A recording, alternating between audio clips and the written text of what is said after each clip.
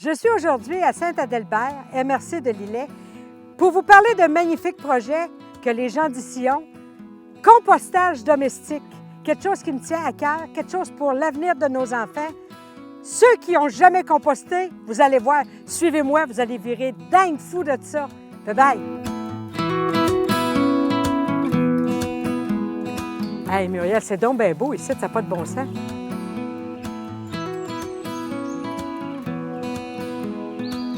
Regarde, Marthe, là, la MRC, puis la paroisse Saint-Adalbert veut faire des composts, puis ils veulent montrer ça aux gens, comment faire ça.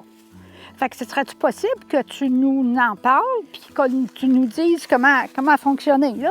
Sais-tu ce qui est merveilleux, Muriel? On est dans la place idéale pour parler de compostage parce que la base du compostage, elle se fait direct ici. Regarde, je vois une vieille souche, là. C'est merveilleux, on va s'en aller de là, puis je vais t'expliquer plein d'affaires. Fait qu'il faut comprendre que dans la nature, la terre se fait d'elle-même. Elle fait son propre compost. Elle n'a pas besoin de composteur, elle n'a pas besoin de l'être humain, elle le fait tout seul. Tu comprends? Elle se fait comment? Pour faire du compost, ça prend des couches de matière verte qui sont durant la vie. Le foin, les framboises, les fleurs au sol. Puis ce qui est en fin de vie, ça veut dire à l'automne, les feuilles qui vont être mortes, qui vont tomber, le bois qui tombe comme ici. Fait que ça fait la couche brune qu'on appelle. C'est important de les alterner, couche brune, couche brune, couche brune, couche brune. C'est comme ça que ça se fait. Et là, qu'est-ce qui se passe? Quand on va les alterner comme dans la nature, on va arriver avec un produit qui est intéressant, c'est qu'on va arriver avec de la terre. Une terre compostée, ça veut dire qu'elle a de la fibre, elle a de l'humus, elle est pleine de vitamines. Elle a des micro-organismes vivants qui vont nourrir tes plantes. C'est ça qu'on veut dans un compost. C'est aussi simple que ça. Y a-t-il quelque chose qu'on ne peut pas mettre dans du compost, là, que ce soit pour les bébites, que ce soit pour comme les ratons, n'importe quoi? Oui, il y a des affaires qu'on ne peut pas mettre. Exemple, la viande, les restants de viande, les restants de poisson, les gros morceaux de crustacés, mettez pas ça. Pourquoi vous allez attirer les ratons laveurs? Tu sais, les bébites, ils sentent, hein? Ça sent la nourriture. Après ça, la litière de chat, mettez pas ça. Tu sais, on rit, tu sais. J'ai vu que tu avais envie de sourire, mais je le vois souvent de la litière de chat. Ils disent, c'est bon, c'est de la merde. Mais non! Parce qu'il y a des produits chimiques dans les agglomérants, on ne met pas ça. On ne met pas non plus des plures de patates. Pourquoi? C'est long à décomposer. Puis souvent, les plants repartent dans ton bac à compost. C'est pas plaisant. Les plures d'agrumes, on ne met pas ça. Citron, pamplemousse, orange, pourquoi? C'est des retardateurs de décomposition. On ne les met pas.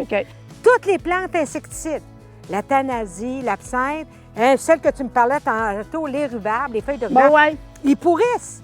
Mais le problème, c'est qu'ils vont retarder le temps que tu vas avoir un compost qui va être prêt. Les huiles de cuisson, les produits laitiers, les morceaux de pizza, mettez pas ça là-dedans. C'est pas bon de mettre ça là-dedans. Puis les épis de blé d'Inde? Les épis de blé d'Inde, moi, je les coupe en petits morceaux pour que le sucre qu'il y a dans l'épi sorte au plus vite. Parce que s'il reste entier, la décomposition est beaucoup plus lente, puis tu vas avoir des ratons laveurs qui vont venir manger directement. Ouais.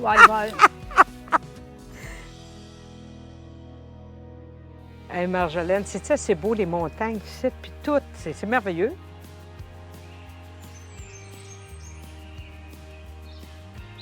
On a un extrêmement beau paysage, mais je dois te dire que parfois, il y a des drôles d'odeurs. Alors, toi, c'est quoi c'est? Je ne sais pas si les gens ont de la misère avec leur compost. Qu'est-ce qui peut faire que ça peut causer des odeurs comme ça quand on passe proche ou quand on... T'as des odeurs de quoi?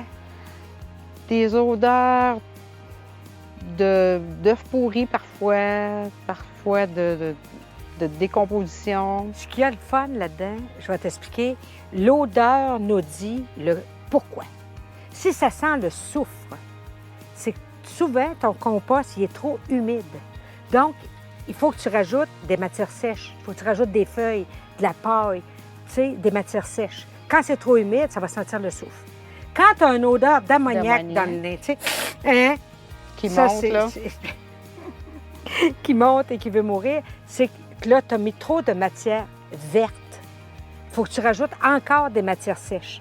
Il faut réellement un équilibre entre le vert, le brun, hein, le vert, le brun, les matières qui sont fraîches, les matières sèches qui sont sèches, justement, qui sont mortes. C'est réellement l'alternance. Quand tu vois des filaments blancs, Oui, C'est cassé un blanchâtre. Un là. compost qui n'est pas assez brassé. Il faut qu'il Ah. respire ton compost. Puis souvent, en le brossant pas, il vient trop humide. Donc, quand tu vois ça, puis tu ouvres le couvert, puis c'est tout plaqué blanc, là, bien, vas-y, brasse-le, parce que là, il est au stade qui est trop humide, il est trop compacté, il n'y a pas assez d'air là-dedans. Le fameux œuf pourri, c'est un compost qui est trop lent à décomposer. Tu sais, idéalement, au maximum 2 ans, il est supposé être revenu en terre. Si c'est trop lent parce que tu ne l'as pas assez brassé, parce que tu n'as pas bien alterné tes couches de verre de brun, bien, tu vas sentir l'œuf pourri. Je ne sais pas si tu as connu du monde qui mettait du gazon, exemple, ou des mauvaises herbes qui venaient d'arracher, qui étaient fraîches. Est-ce qu'on les Directement? met... Je vais te poser une question, toi qui compostes. Est-ce qu'on les met comme ça, fraîches, dans le composteur? Moi, j'ai tendance à les mettre, mais peut-être que je ne fais pas la bonne affaire. Ben non, il faut qu'ils attendent qu'ils soient sèches. Je vais te dire, la matière verte va nous donner de l'azote, mais si on la met trop fraîche, on va se ramasser avec des odeurs d'ammoniac, hein? Puis ça va être trop humide. Donc, moi, je dis toujours, quand on veut ramasser notre gazon, on tombe, on laisse au sol. La journée après, hein, il est rendu sec, on repasse avec la tondeuse, on lève les couteaux, on le ramasse, puis on le met. Vos mauvaises herbes, quand vous les arrachez, étendez-les un peu à terre. Le lendemain, on les ramasse, puis on les met dans le composteur. Puis, mettez pas des mauvaises herbes qui sont réellement épiées puis pleines de graines trop tard l'automne, parce que là, vous allez vous grainer. Tu sais qu'il y a des graines de mauvaises herbes qui peuvent vivre 100 ans dans le sol, comme l'amarante du Canada. Alors, bienvenue le 4 pattes. Si tu fais ça, c'est sûr que, comme je dis, on a fait un pays à force d'être à 4 pattes, puis on n'est pas obligé d'avoir des familles de 14.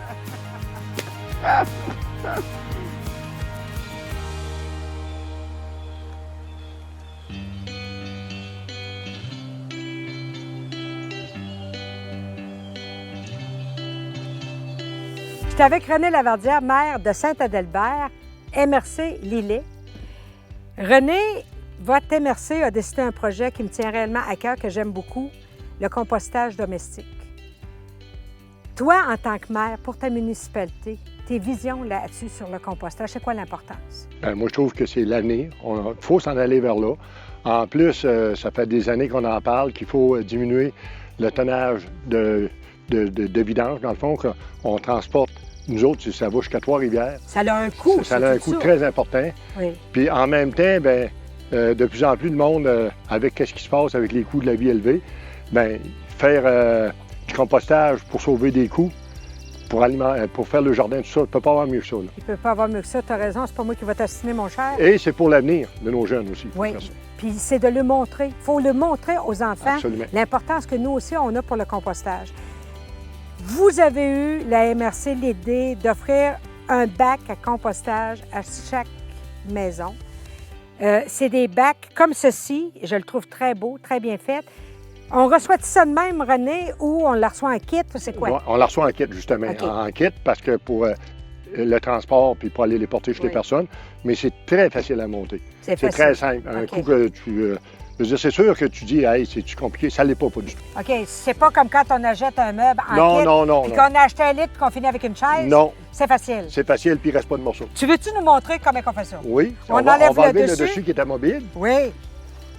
Et, dans le fond, on a 3 morceaux qui sont pareils, et il y en a un qui il est troué, mais dans le fond, c'est pour mettre la trappe à l'avant. OK. Fait que donc, le devant, il va avoir un trou ici déjà Oui. parce que c'est pour la trappe. Exact. Puis le devant, il est noté en partant avec la lettre A. Ah, On va avoir les 2 B qu'on va mettre ensemble, les 2 lettres C et la lettre D, dans le fond, qui finit avec notre devin aussi. OK. Ça fait que c'est pas plus compliqué que ça. A et D, Bon, on ensemble. va ensemble. Donc, on y va, les A ensemble, les B ensemble, les C ensemble et des A ensemble. Exact. C'est hyper facile. Oui. Puis là, quoi, ça tient tout seul? On met Ben, des vis? ça prend 8 vis. 4 vis en haut, Oui. à peu près à 4 pouces du haut, Oui. puis 4 vis en bas, le même principe. Le carré est assemblé. Le carré Pas plus est compliqué que ça. assemblé. Ensuite, On a notre dessus, on a notre dessus. qui est dans le fond, il arrive en 2 morceaux, mais c'est pas compliqué. Il est facile. On a le petit morceau qui est le derrière. Le derrière pour qu'il soit mobile. Et on a le couvert avec les 2 pentures qui sont fournies. Fait que là, on met les vis, les Ouais. pentures. OK, on va parler tantôt du crochet. On a les arrêts, c'est super beau. Puis en avant, on a la porte pour le vider, Oui. bien entendu. On a les 2 petites goupilles. Et ça, la porte, c'est facile à reconnaître par rapport au couvert. Pourquoi? La poignée est là? La poignée est là. Bon, la Fait que poignée est là. Tu ne peux pas te tromper, c'est puis, le poignet, c'est en bas. Puis la poignée, ne veut pas. On la met en bas avec nos 2 pentures en haut. Voyez-vous, vous avez juste à rajouter 2 pentures. On a un petit crochet ici de côté. On a le crochet pour quand on le vide, pour pas que vous vous assommiez. Et, OK, c'est et voilà. pas plus que ça. Alors, regardez comme c'est facile. Et on a les 2 loquets pour refermer la porte, pour pas qu'il y ait ton laveur l'ouvre avec le petit nez et qu'il s'en aille dans votre tas. Alors, regardez comme c'est bien fait.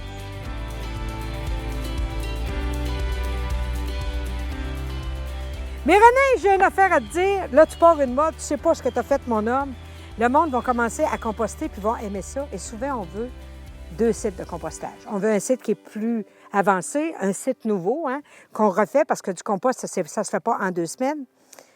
Et là, moi, j'ai eu l'idée de vous aider, la MRC Lillette, en vous montrant comment moi, je fais des bacs à compost avec des vieilles palettes puis des matériaux recyclés.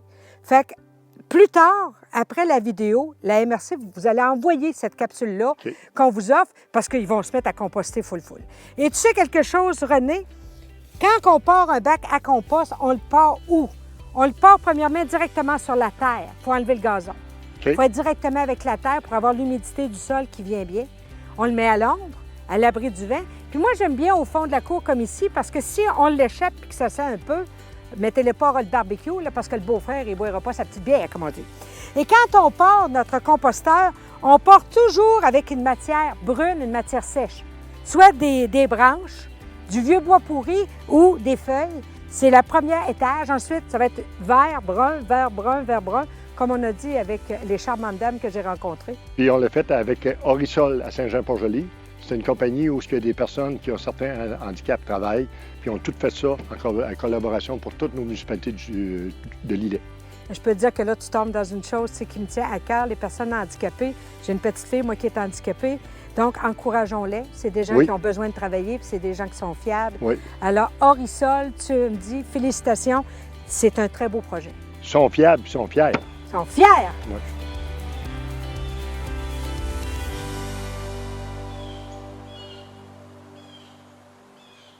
Marthe, comme tu peux voir, j'ai un modèle de composteur un peu ancien ici. Des années 80. J'ai comme l'impression, ça se peut-tu que ça attire plus les mouches, les guêpes, ou c'est pas la bonne façon? Moi, là, je veux qu'on parte, moi puis toi, dans une réflexion, OK? Les mouches, ils vont être attirés par les composteurs pour venir pondre leurs larves. Ils vont chercher un milieu humide, parce que la larve, elle va vivre dans un milieu humide pour devenir une mouche. Donc, si ton compost, comme on parlait tantôt, est trop humide, bien, tu vas t'attirer toutes les mouches du voisinage. Les guêpes, les bourdons, les abeilles, eux autres, ce qui les attire, c'est l'odeur de sucre qu'il y a dans le composteur. Donc, si tu ne brasses pas assez souvent ton compost, bien, ils vont être attirés par ça, par ces odeurs de sucre-là qui se dégagent. Et souvent, on va mettre un restant de fruits, un cœur de pomme, ainsi de suite. Ouais. Ce qui va dégager va l'attirer. Donc, c'est important d'alterner toujours, puis je le répète, les couches de vert, les couches de brun, les couches de vert, les couches de brun, et de brasser régulièrement votre composteur. L'été, quand il fait chaud, moi, je le brasse aux semaines. Je sais qu'il y en a qui vont dire « Hey, aux semaines, es-tu folle? » Aux 15 jours, si vous voulez, mais minimalement aux 15 jours durant l'été. Pourquoi? Parce qu'ils vont être moins attirés si tu brasses ton compost. Quand ça dégage des odeurs aussi, moi, je m'inquiète tout le temps de savoir ça peut-tu attirer des souris, des rats, des ratons laveurs, des moufettes, des fois, qu'on a dans le coin, nous autres sites, là, souvent. Là. Bien, là, je vais te dire, les couverts qui sont craqués comme ici, c'est plus facile pour une moufette de le lever. On voit ici qu'il faut le tourner. Fait que des couverts juste mis à plat, craqués, pour les moufettes, c'est pas un bon. C'est pas bon. Les ouvertures qu'il y a comme ça ici, bien, c'est sûr que les souris, ils peuvent pas rentrer, ni les rats, hein, ils peuvent pas. Mais si vous travaillez en tas, bien là, vous allez avoir plus de vermine. Il faut le brasser souvent. La vermine recherche quoi? Elle recherche de la chaleur pour avoir ses petits. Hein? Elle veut que ça soit stable. Si vous le brassez souvent, elle va dire « j'irai pas là, je suis pas capable ». Ils sont toujours après jouer. Mais l'important, c'est réellement d'avoir des trous d'aération qui sont petits. Petits. Puis si vous êtes en tas, de le brasser souvent.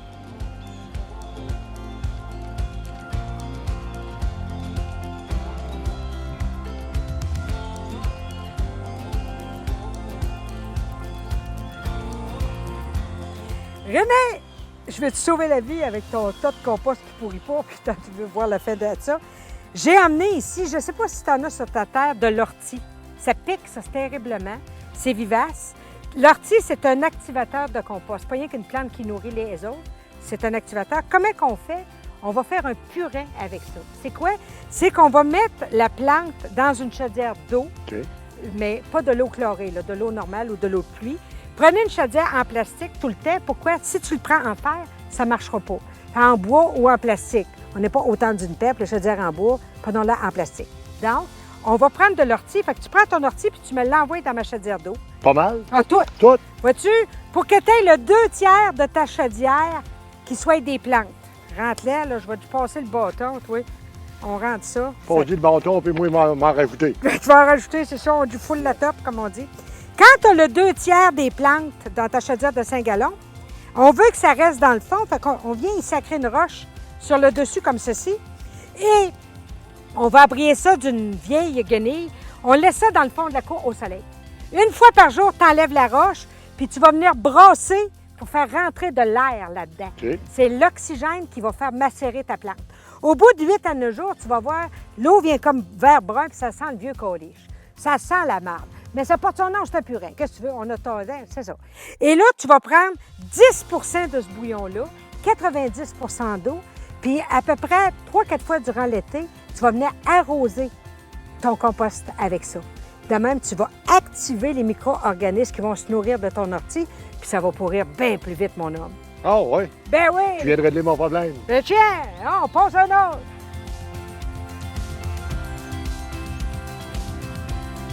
En tout cas, je vais te dire, Lilette, vous êtes d'avant-garde. C'est pas toutes les MRC qui l'ont fait encore à venir à date. Je vous félicite, puis je souhaite une longue vie à votre projet. Merci beaucoup, René. Ça fait un plaisir.